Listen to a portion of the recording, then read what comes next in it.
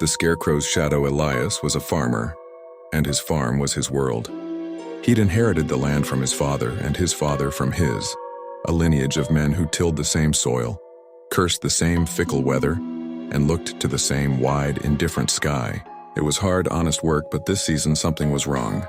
The crows, they were relentless, a black plague descending upon his cornfields.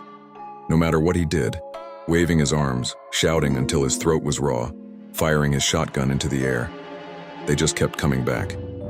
Elias was a stubborn man, and he knew he needed a solution. So he decided to build the best, most terrifying scarecrow the county had ever seen. He started with an old wooden cross, its beams thick and sturdy.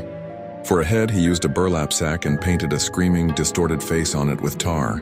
He stuffed its clothes with straw, tied the rope so tight the straw bulged from every seam, and gave it gnarled, twisted hands made from broken branches. Finally, he gave it a name, muttering it to himself as he worked. Silas. Silas was a masterpiece of menace. Even Elias felt a shiver of unease when he stood back to admire his creation.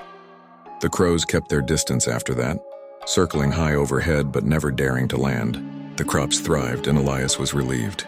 But then strange things started happening. First, the shadow. As the sun set, Silas's long shadow would stretch across the field, a grotesque caricature of a man. One evening, Elias swore he saw the shadow's head move, turning towards him as he headed back to the farmhouse. He shook his head, blaming it on tired eyes and the day's long work. Then came the whistling.